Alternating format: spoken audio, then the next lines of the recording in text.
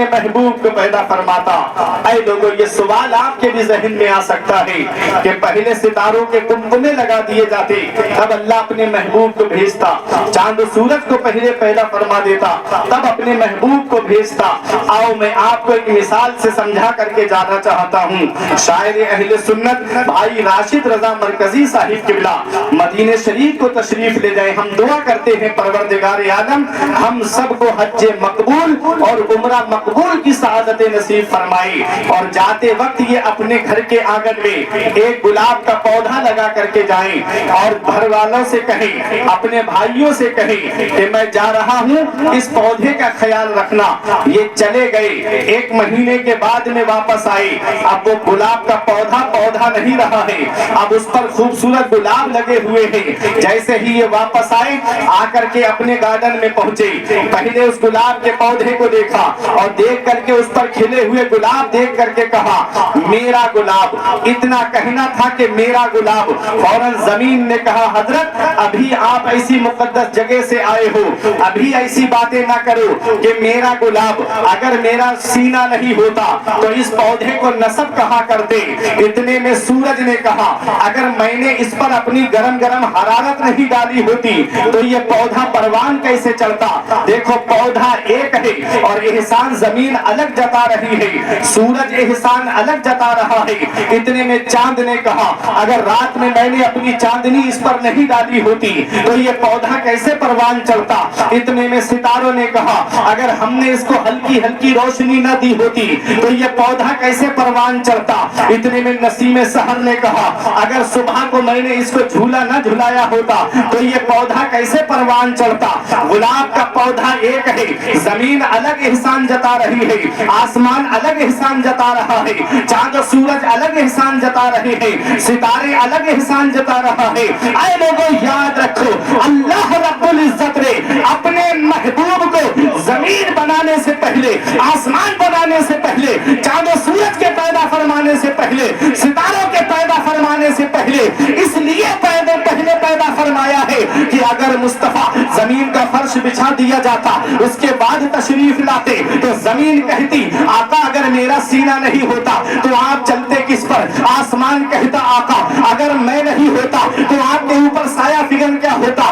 سورج کہتا اگر میں نہیں ہوتا تو کس کی روشنی میں آپ تبلیغ فرماتے۔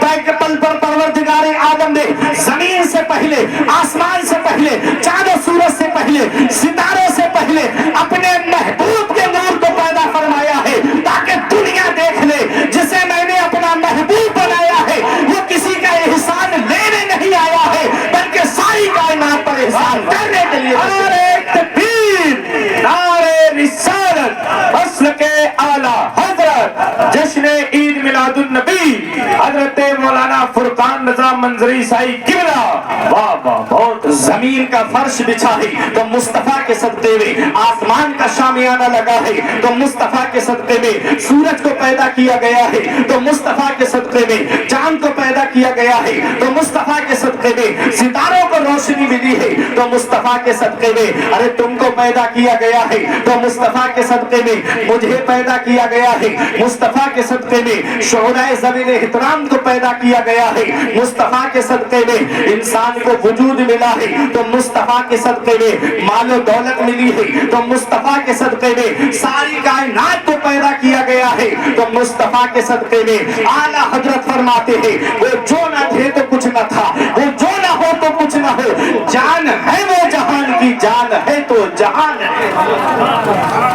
آج مصطفیٰ جان رحمت اپنے مزار مبارک میں حیات ہے، جیسے میرے آقا اپنی حیات مبارکہ میں حیات ہے، ایسے ہی آقا آج اپنے مزار مبارک میں حیات ہے۔ بریلی کا امام کہتا ہے تو زندہ ہے واللہ، تو زندہ ہے واللہ، میری چشم عالم سے چھپ جانے والے۔ مصطفیٰ جان رحمت کی آمد سے پہلے کیا حال تھا؟ اس مکے کی سرزمین کو دیکھو، آج جو بیٹی پڑھاؤ اور بیٹی